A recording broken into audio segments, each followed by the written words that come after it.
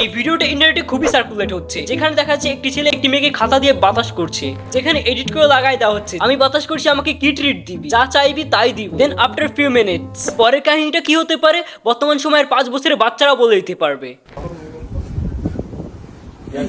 তোর इसके बाद কি বলছে বাসা মেনে আসছে ছোট ভাই, হ্যাঁ বাসা মেনে আসছে বলছে, বলেন ভাই বলেন।